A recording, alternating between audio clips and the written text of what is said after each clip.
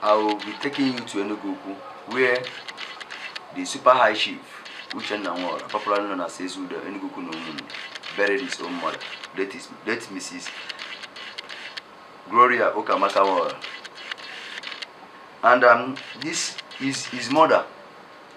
Is a good woman. The way I saw her and the way the events, how they organize the event, he gave his mother a befitting burial together with his siblings. I am not in the position to describe his mother, but I think Uche is here to describe his mother. Let's hear from him. First of all, to be honest with you, let me not say that I was surprised.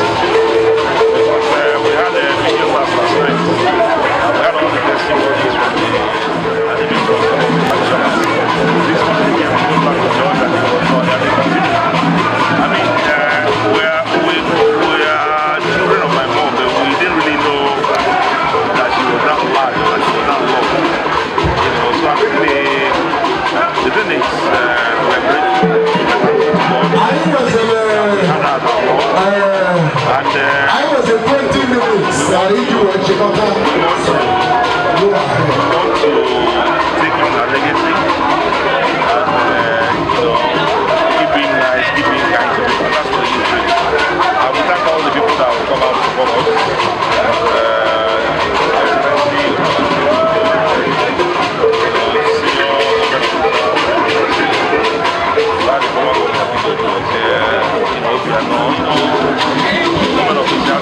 Businessmen, friends, I mean, so we're really grateful.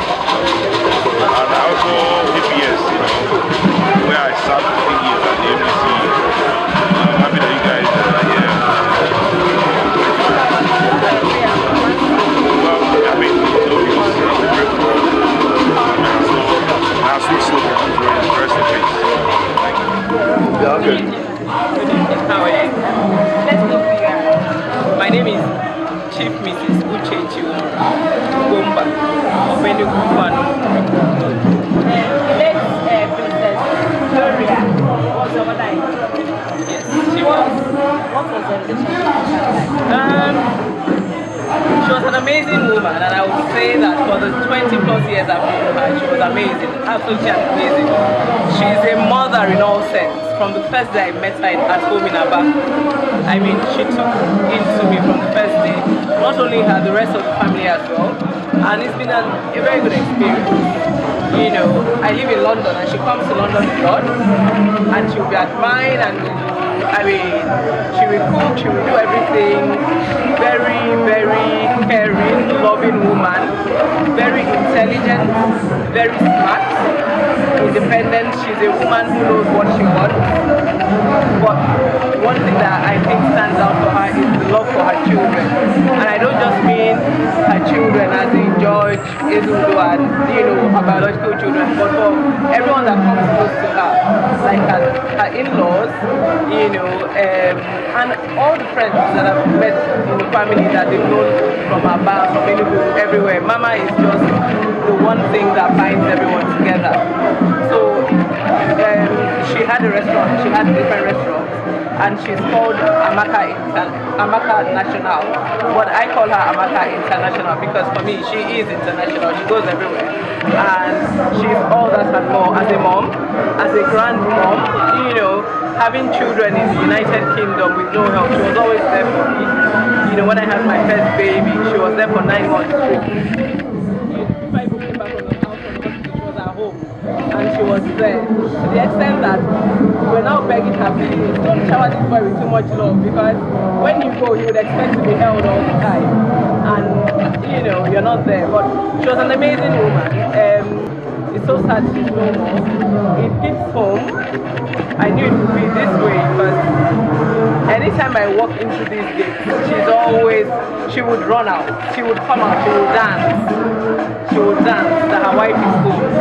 And I didn't get that this time round. So it hits home that Mama is no more, and she would definitely leave a very, very deep hole in all our hearts. But she was an amazing woman, she was a presence.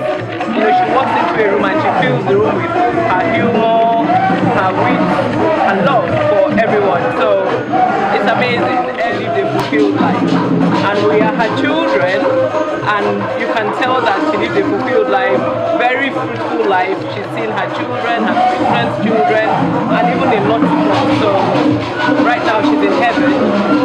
She's in heaven. She's with her husband, who we say that he called her home, because those two were inseparable. They were inseparable. So she's with him, and she's with my dad as well, because I lost my dad a few weeks after she went. And they had a good relationship. So I'm from Imo State, I'm from Owerri. But anytime my dad came here, Mama would cook over Owerri. Hands up. And then when she could cook, she would cook it herself. When she couldn't cook, she would have a cook that would cook for her organs.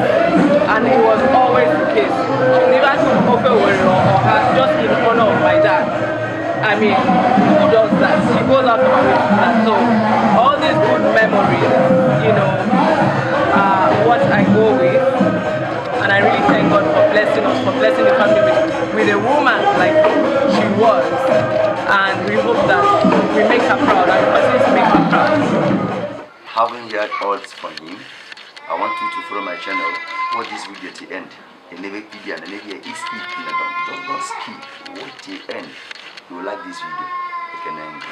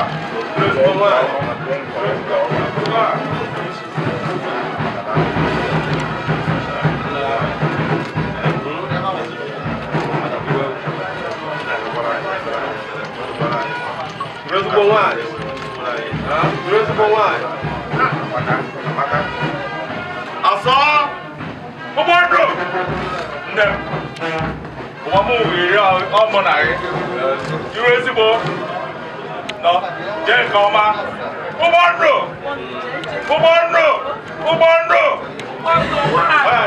je koma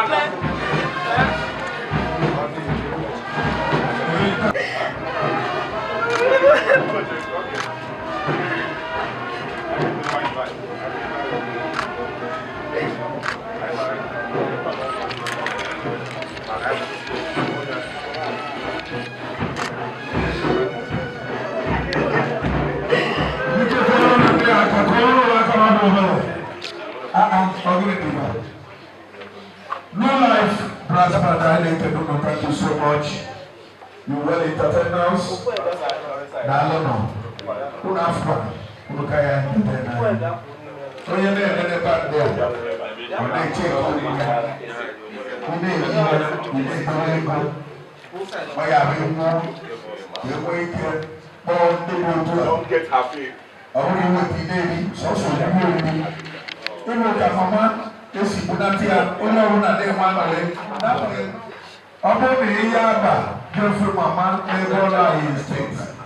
Don't take picture. He's a photo. He's a photo. That will be a photo.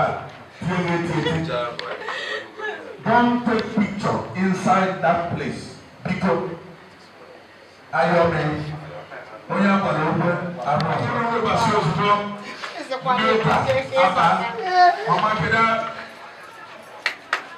Christian mothers. Christian mothers, not mother, or mothers.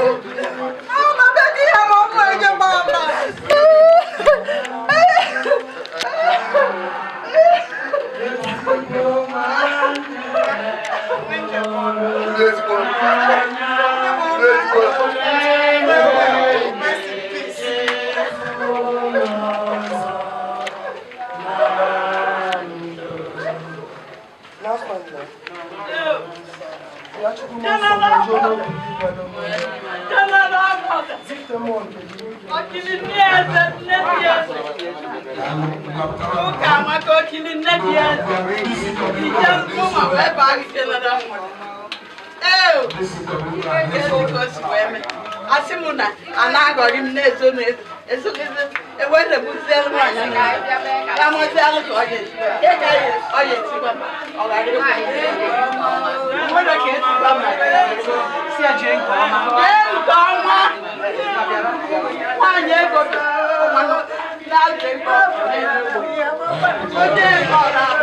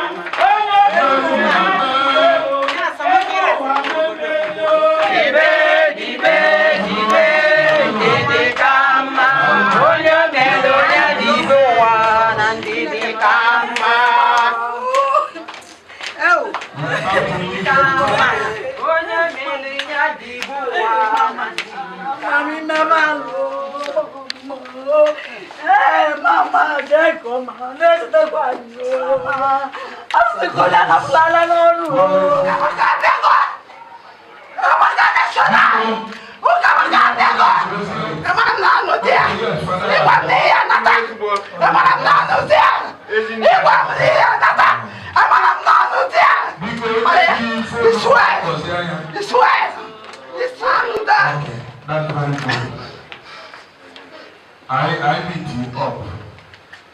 Now, Chief, no life brass band.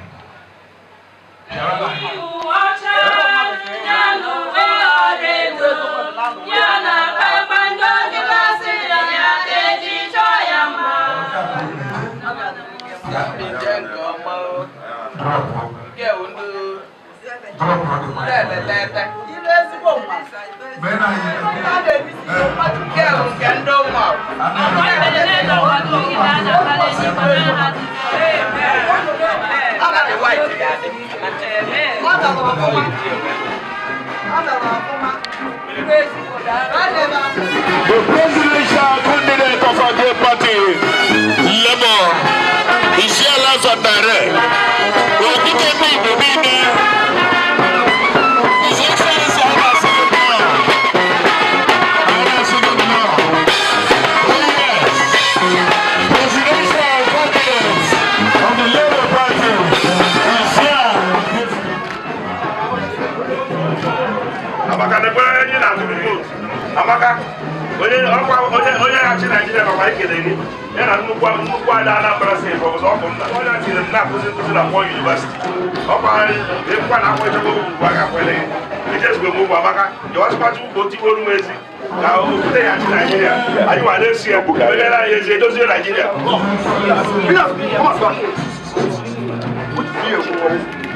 No, don't try that. Don't stop anything here. Don't try that.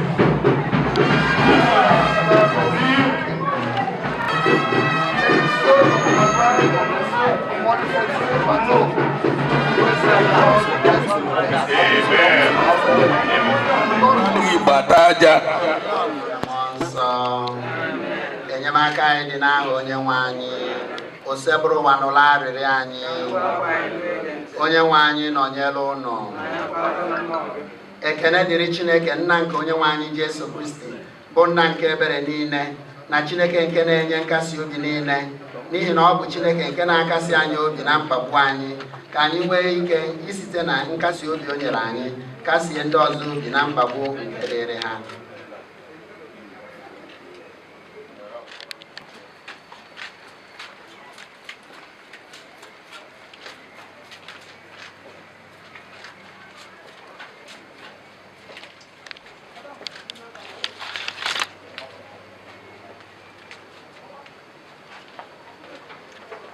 Ihe anyị ga-aza bụ Onyenwe anyị chetakwa m n'ala eze gị ka anyị zaa ya. N'ime ogbu mmiri ka m si akpọku gị biko osebụrụ ụwa nụrụ arịrịọ m chee ntị nụrụ mkpu akwa m azịza. Ọ bụrụ na ịgụkọba ajọ omume niile Onyenwe anyị onye ga-akwudo cheta na mgbaghara dị gị n'aka ka e were tụọ gị egwu azịza. Ana m eche Onyenwe anyị mkpụrụ obi m na-atụ anya ya echekwubere m n'okwu ya azịza. Izrel chere osebụrụ ụwa n'ihi na ọ bụ n'aka ya ka ebere dị ọkụ dị ọ bụ ya ga-agbapụta Izrel na mmehie ya niile azịza. Onyenwe anyị nọnyere ụnụ ka anyị rịọ arịrịọ. Onyenwe anyị nụrụ ekpere anyị memekwara nwa odibo gị Gloria Nwora ebere onye si n'ụwa nke akpọrọ nabata ya n'otu ndị nsọ gị na alaeze gị nke bụ ihe n'udo nna onye ntasi obi niile na nnukwu ịhụnanya na-enweghị atụ na ebere gị n'ebe anyị nọ. Ị na-eme ka ọchịchịrị nke ọnwụ bụrụ mmalite ndụ ọhụrụ. Biko bịa tasie ndị nke gị nọ n'udo obi nyekwara anyị aka n'ụzọ nke ndụ ka anyị were nchekwube jee zute Kristi nwa gị onye dị ndụ na-achị ebighị ebi ebighị ebi. Amen.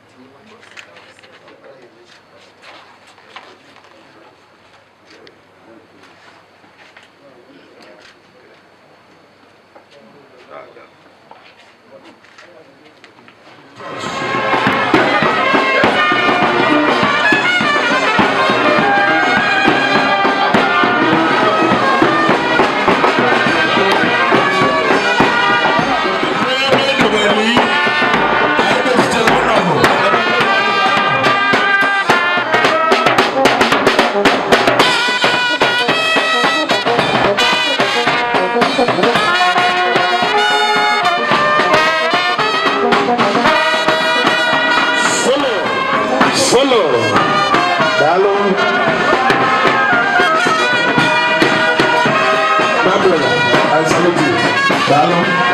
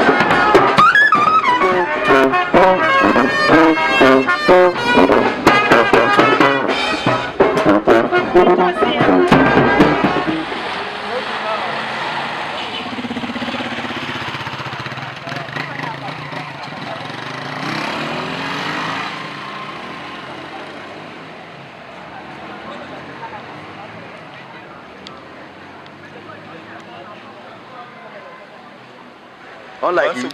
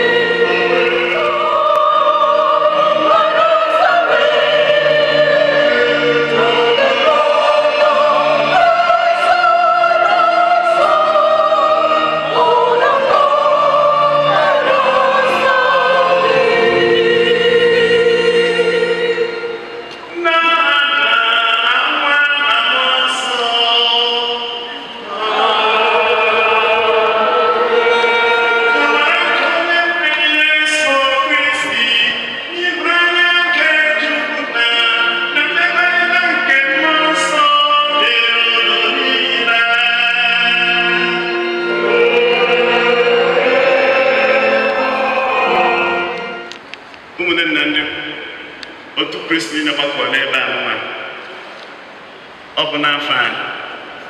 Ndị Fada Weparishia, Fada Fabian, and Fada John Paul. Can you welcome them there? Na Chuma Damas. Kemo Mani, Munyani, and Manani. When I was shaking, when you get to yourself, Macadamma, me hanging, Mandrake changing. Now the master, I am not choose what. Can you put an idea last day of that in Janiga?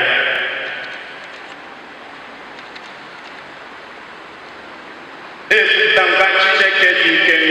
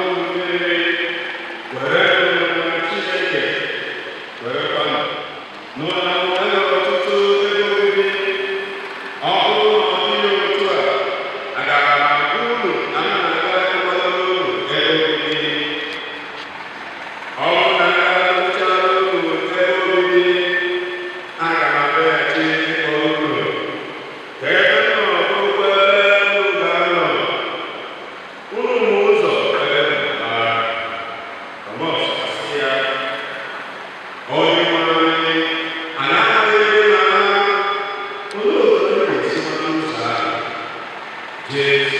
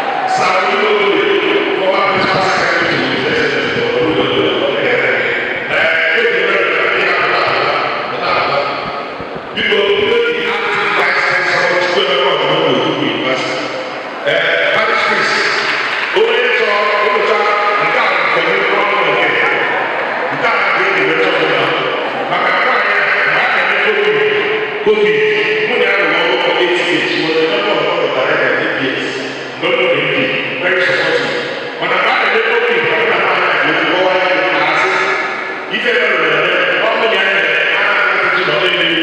so okay, over the transmission, I'll picture I'll go back and get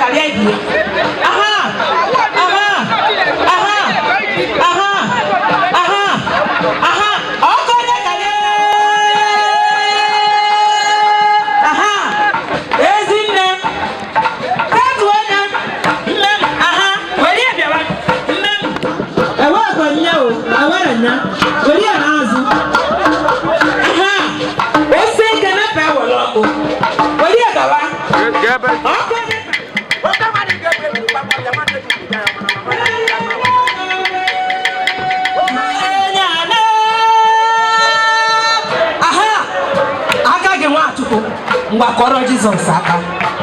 Aha, nyaraba. Enyi yo, enyi ana. Ije na. Enyi ndoka, enyi agweze. Nwatu kwacho nkanna anu aka gị. Aha, nyaraba. Aka. Aka. Aka. Teta kwa n'ezolu ya doka.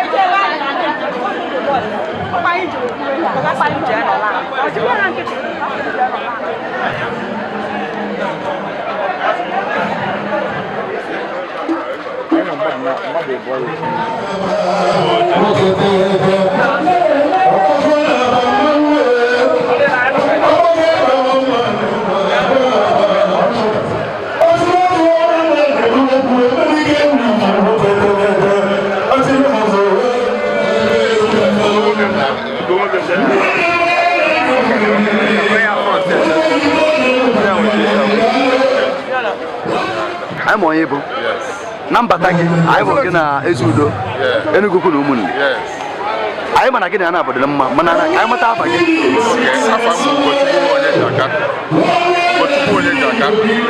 You never know which you ever. Okay,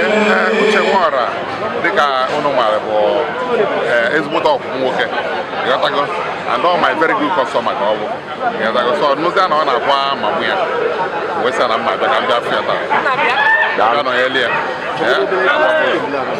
I get it. I said, I asked you to coach man and more. When I started coach one of them off, can you condolence for say to one and no money? Not from a boy, you can not see on the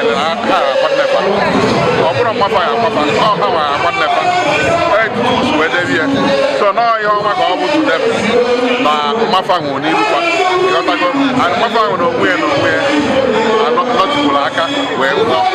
So now he has got to go. I like it again. What I wanted to do with Americana, come on, my business step. Put you my land.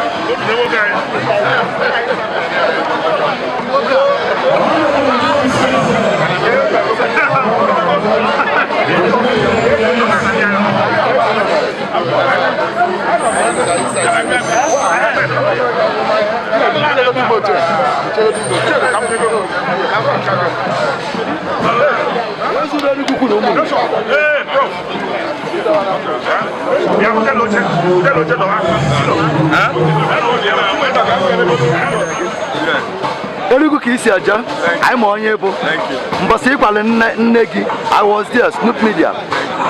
Anyị ọbara ụlọ ịkọwasara onye kedu ndị na-ewichi ezi udo Enugu kwuru ụmụ Igbo. Nwanne ife ọzọ nọ na mama ejewego. Anyị na-asị ya mọmị, anyị na-asị ya nyajọ maka ọ nọchitekwara anyị. Onye anyị chọrọ niile na-aga ebe ahụ. Anyị wee na-ekele Chineke. Site n'ugbu a ruo mgbe ebighị.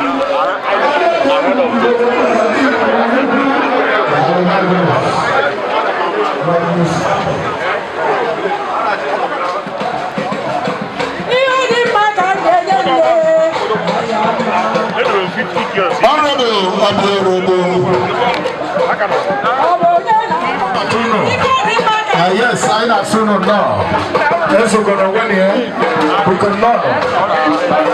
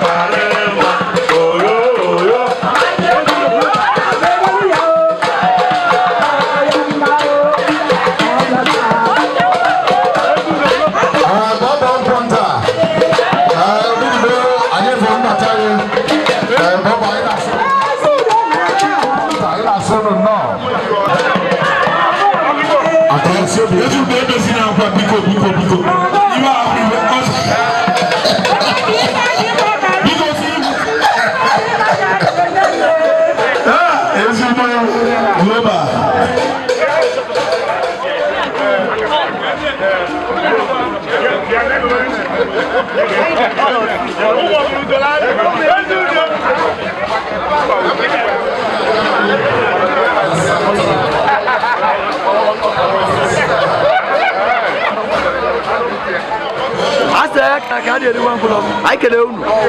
Can even now go to the first of all.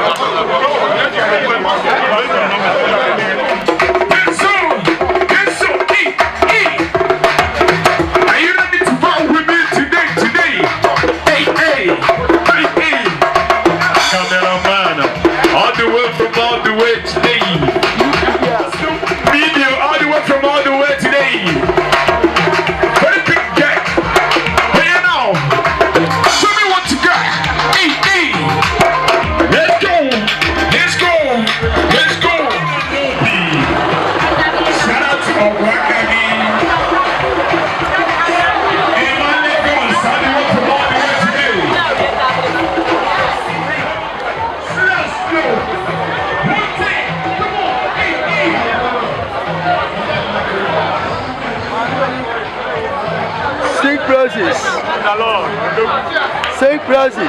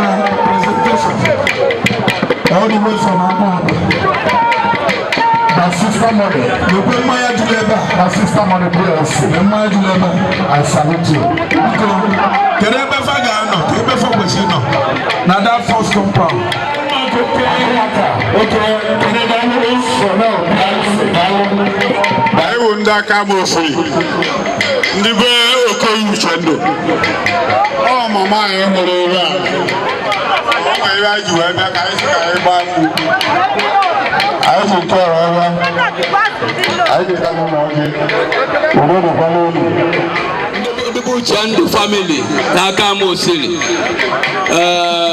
non unu emeke o mela imeto ta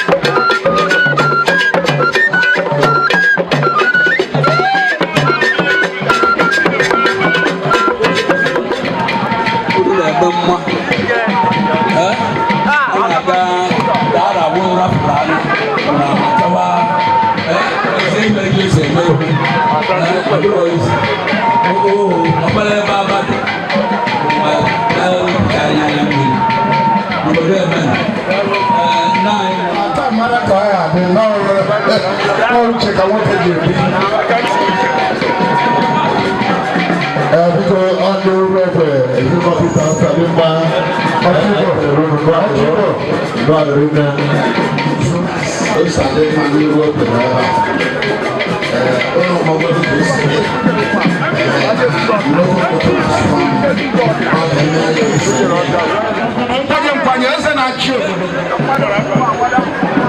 Yes, as a Wakanaba.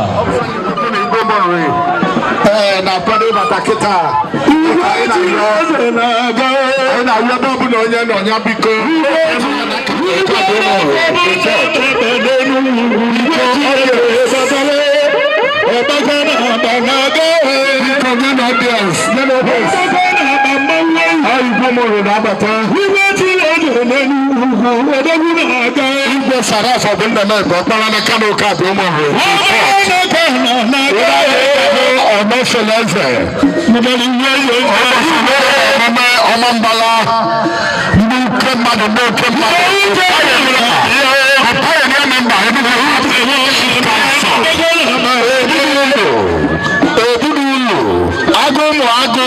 medically for like Calio. About probably there. Get out of the world to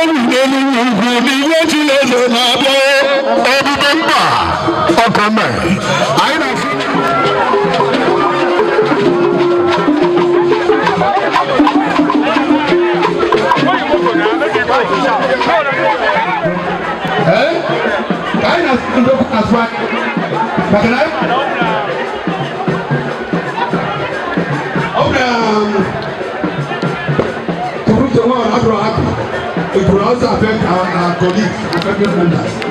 To I have to put people. Oh, right, I know try and hear on a diva. Oh, when does I see you? My colleague Martins. Now, when I say people, I know where they go. Magana, I know why I'm not going to I know better than my guy is lying like I'm not going to go to Ado. Oh, to do. So, as a woman,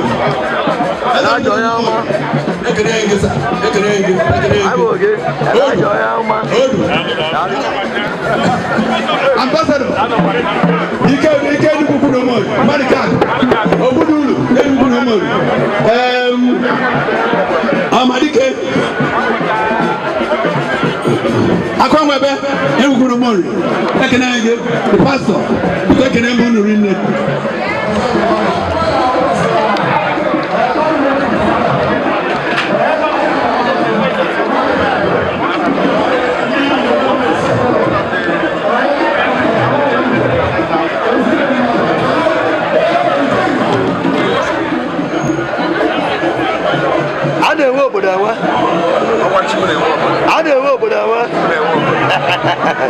Nobody get that.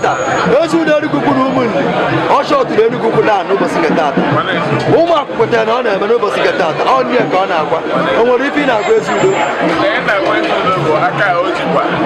That's this way. Because I have a match. How much I will be in it? I know I'm going to go out there. I'm going to go out there. And I got from a church, yeah. My name is a cultural man and everything. So, but I had never to be about here, they now once and up and one. And here they now once a bit. I don't know how I get this. I can agree. Oh, Bob. Can I buy a 2 night and have a answer?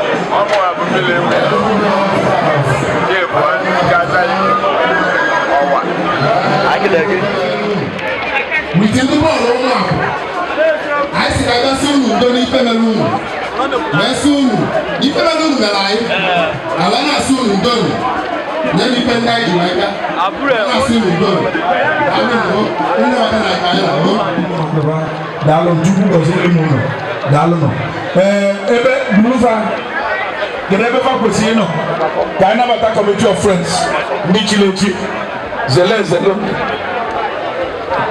ezudo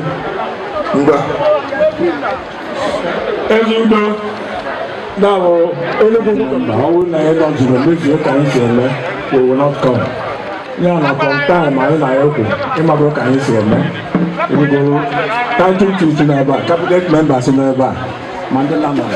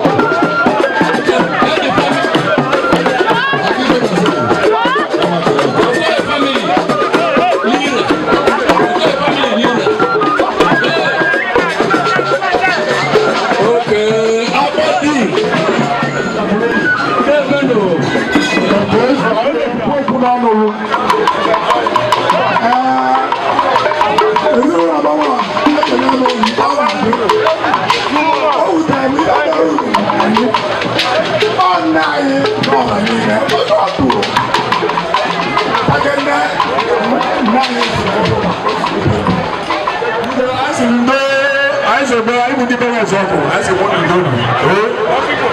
you very much, Prophet Joseph Ndebo. Wayo, see what you want to wayo. Where's Uncle? Emma and Amana, doctor. You can get a quiver, a cosana. What one no madam? I'm on my shop, next shop, remember. Bananas. Onye ji amalu weze ọkụ ọbara level ọbara na Nee Udeozor na umunri onye ụmụ azụta onye ụmụ akwụkala aka anyị kenere gị anyị buru ya be Ezudo na ndị be Nwora kedu ihe ibe chikọ gị na ana abụ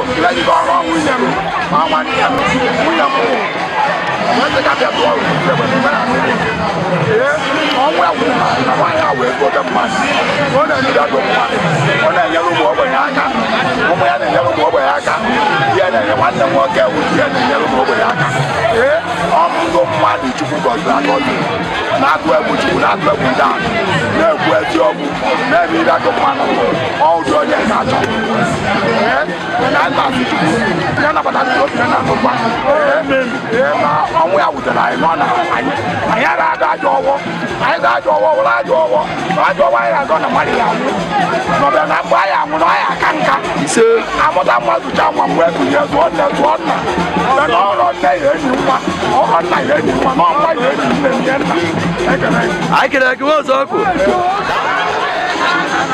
Biko Utamazi, I can alone.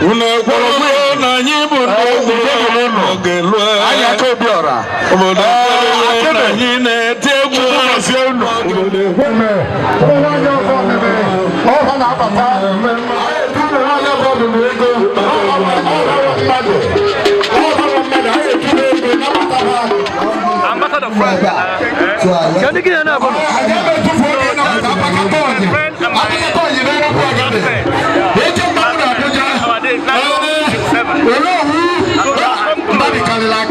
No, be with them.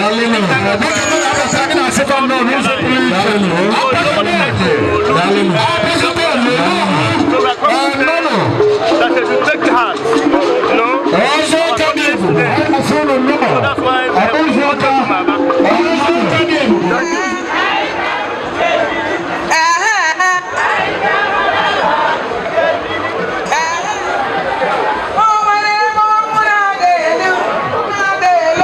I can carry it.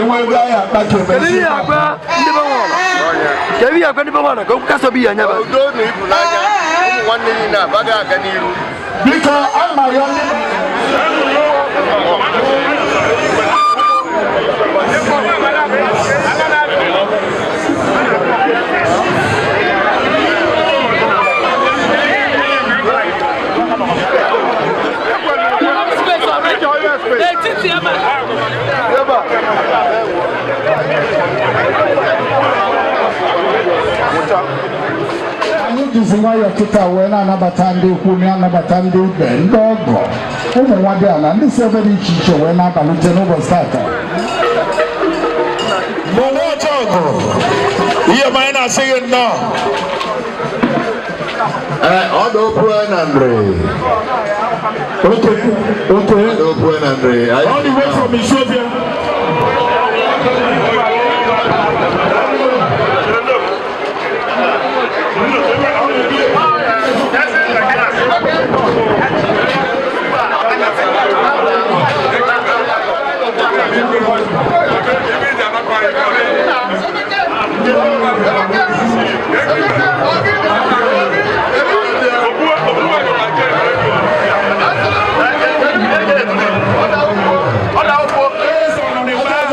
I for the incoming, Barisa. No. Honorable also be representing. Another you go Canadu Confia. Onya Maboya no Chilanya. Honorable Fernando Ziwanko. Dozier Bogona Senate. And Oya Jena Senate for sure. I don't know. I for home free low. I for the incoming. Oh my God. All the political juggernauts. Oh yeah. On the back of a better a bellow tough. No two does one for who was oh, way back from LP. Don't try to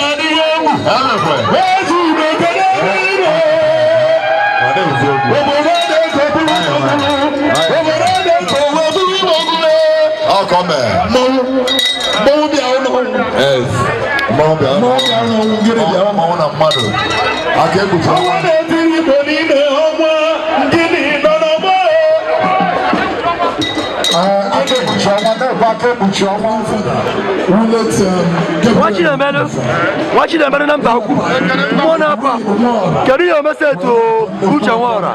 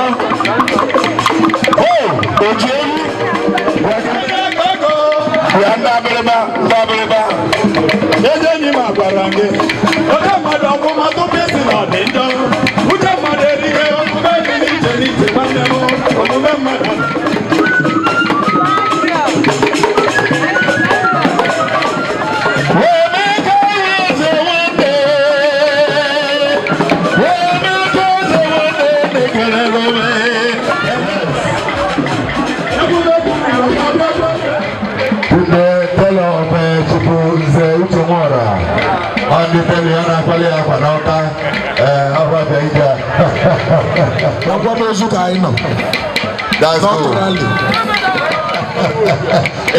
a kid at TV. If I can make a conversation, everyone, I'm a one of our beer, and gun side any. Gun side up here. Hey, they go do more. I know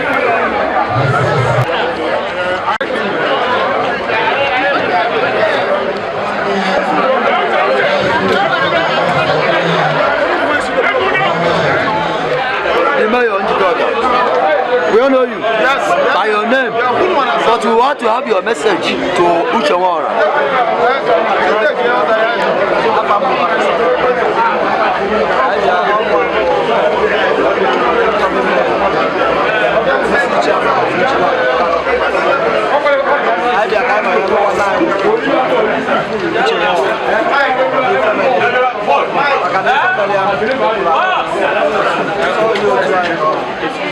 one man. So every time we know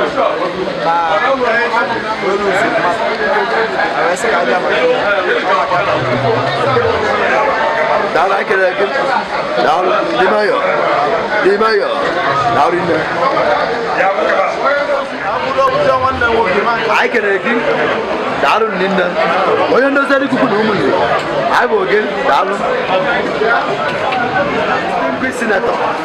The special governor, Federal Republic of Nigeria. When you know that you could do Ukamaka is your brother, and he is one of the also son of Enugu-Ukwu. The whole world knows about him, and the whole world talk about him.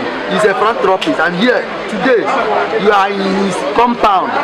Ukamaka has laid in the remains of his mother to rest in the bosom of the Lord.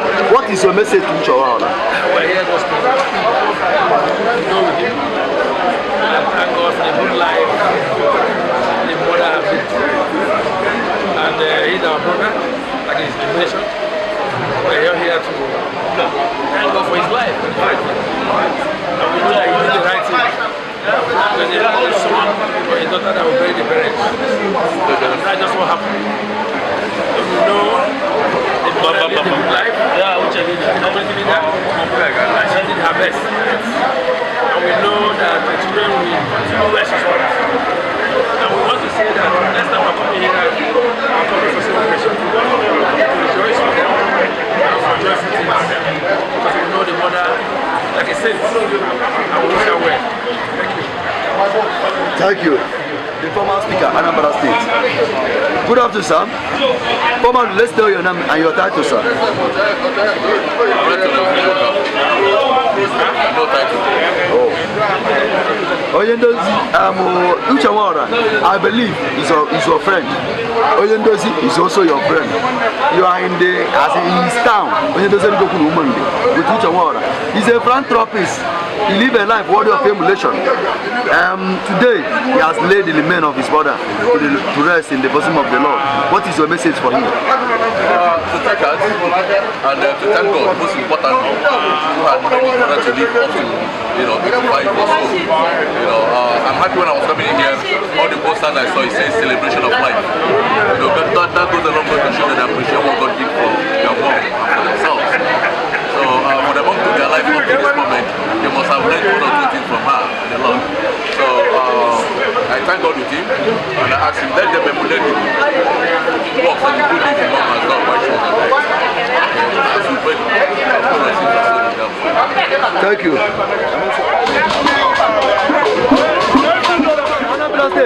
Now we there here. Oh yes, I will let you send me. Anambra State.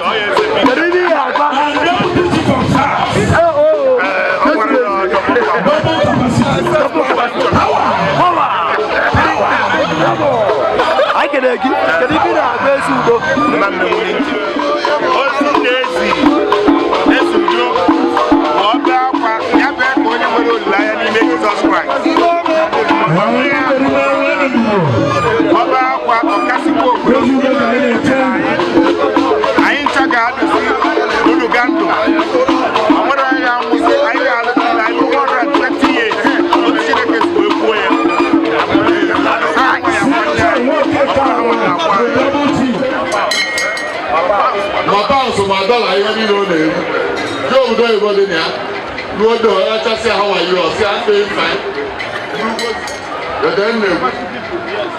and maybe citizenship.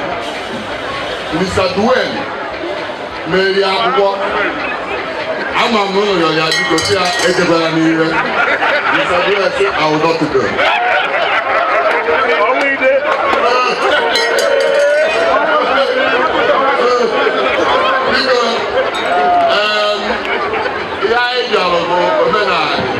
It was wedding. I will say, nowadays.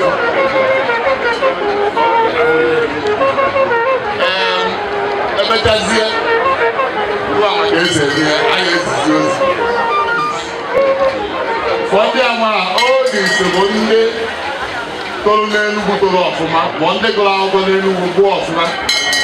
Now you go. I go my name over there.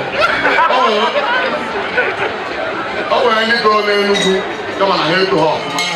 Nalo my uncle, my elder brother, the committee of friends, managing South, Professor Mrs. Obio Robo, all the member representing Oka South, House of Reps. Makana prof mgbe ị na-azụ election anụso ngụ ọgụ ọ dị mma maka ife ị na-achọ ọyị nwoke obi nwa ngwọ ruo kọmishọna na Anambra na-azụ ya ọmụwa bụ campaign manager anyị mee godu mana ọchọ chukwu mere afọ mụnụ na-abụ Agi na ọnwụ Igbo arịa mụ na ọnwụ Igbo arịa mụ ọ Igbo ọwụ kedu ihe agụ uche kedu ihe omese etu uche Nwora uche bụ ọ na-agba amamiya ile ezigbo ndụ n'elu ụwa Chukwu wee deri ọwa mụta ọka nwa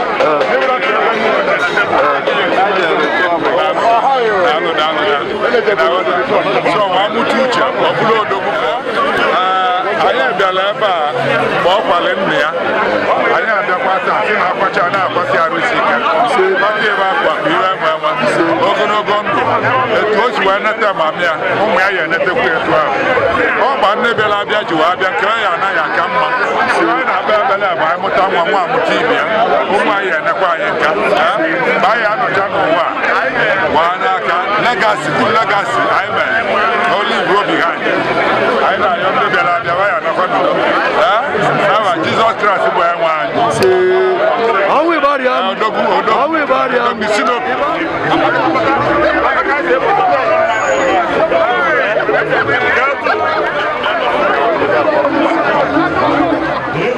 Masu no no itulile na kumazo na luna bale deje ni ko be ru ko no bonde Adama kumazo ezo no kula before na wala chief na kele baya afunoko ọba kale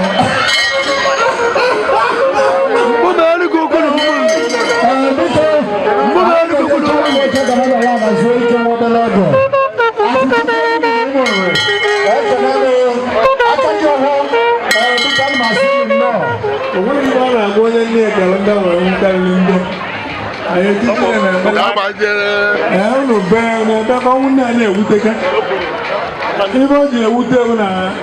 Yes,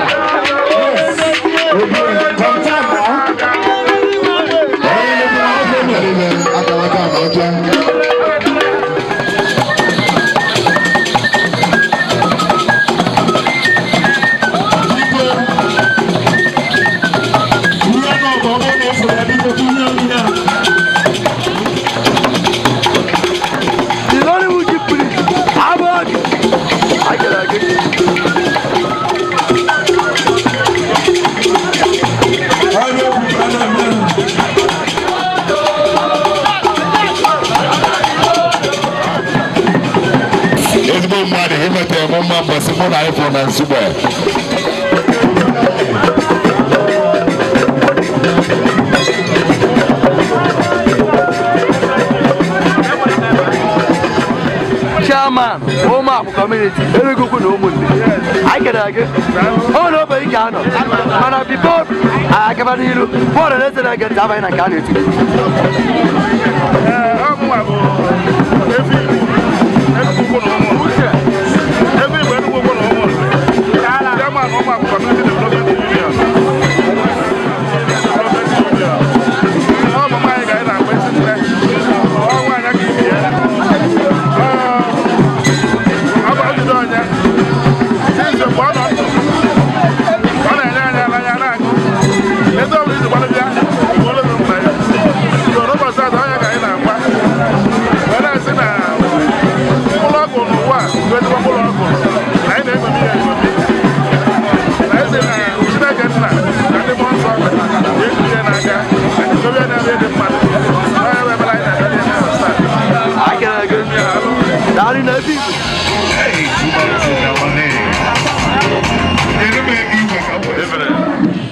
Tell us your name.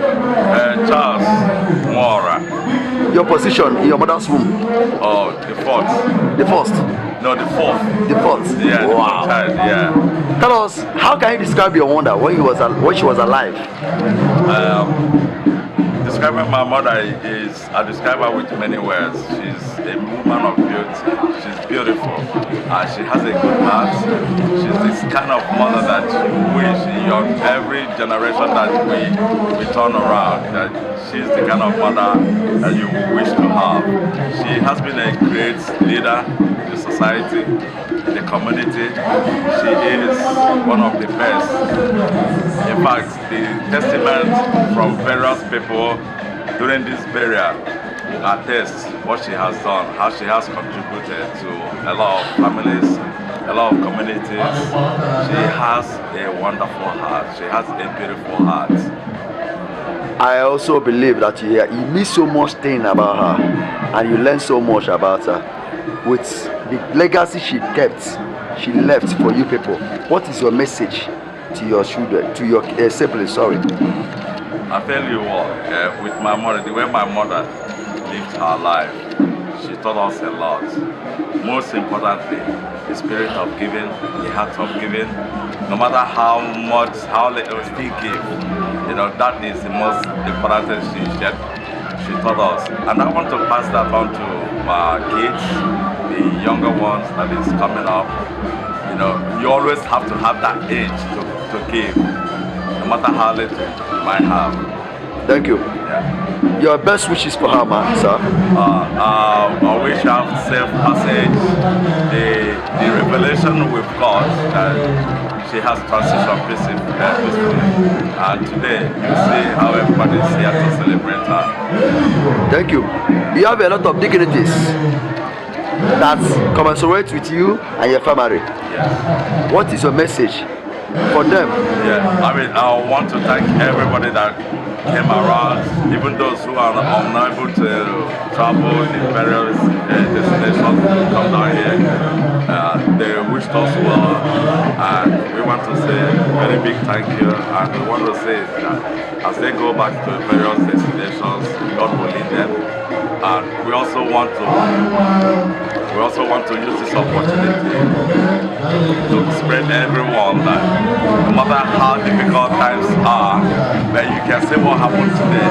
You know, we never expected the kind of turnout.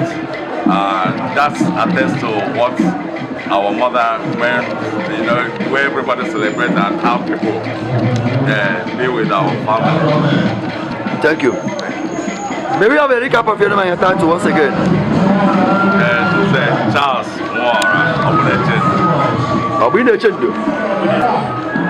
Tell us your name. My name is Shadrach. What is your position in this family, the family of Nwora Ukamaka? I would say rather that I'm an adopted child. I'm adopted into the family because Mama took me when I was 10, still in secondary school. So Mama and Papa, to be precise, not only Mama. So Mama was so nice to me, you know, more than nice. She is my mother. In Igbo, she normally calls me Shadrach. Shady woman. Shady Kiakwan normally, you know, it's painful anyway. It's very painful. Thank you. Yeah. Your best wishes for her. Yeah? What is your best wishes for her?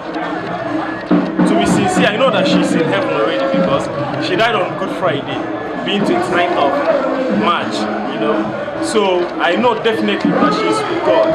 But my prayers for her and the best wishes is that she should keep on, should I say, God should keep on granting her her wishes before she died, before she passed, and as well grant all of us our heart desires, because that's one of Mama's wishes.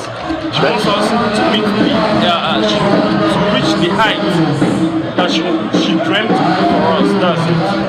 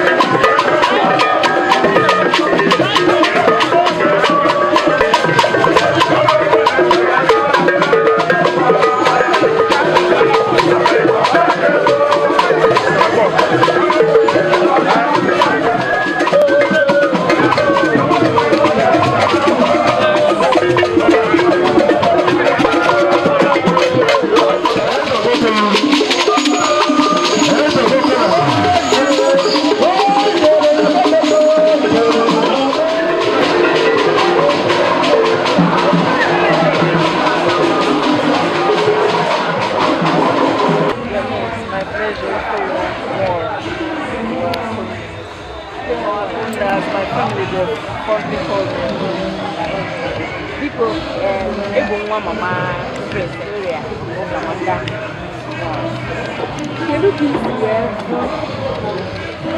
Nwora. Mmekọrịta mama na ndị mmadụ oge ọ dị masị na mama anyị biri ezigbo ndụ. Ọ bụrụ just mama ọra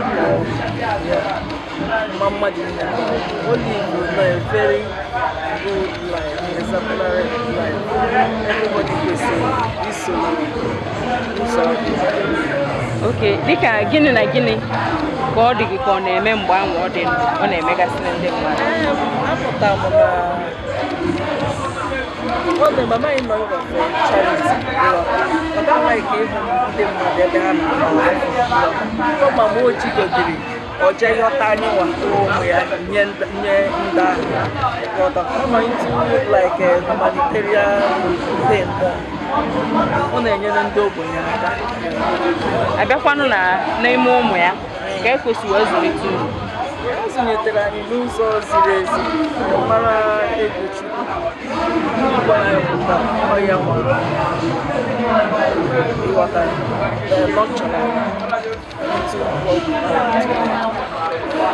so, as you give Wokita, what will you miss most about her? I miss her large heart. Oh, yeah,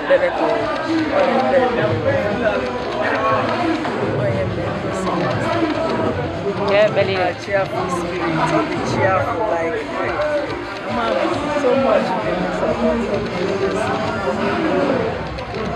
So get a belly and a very good beer.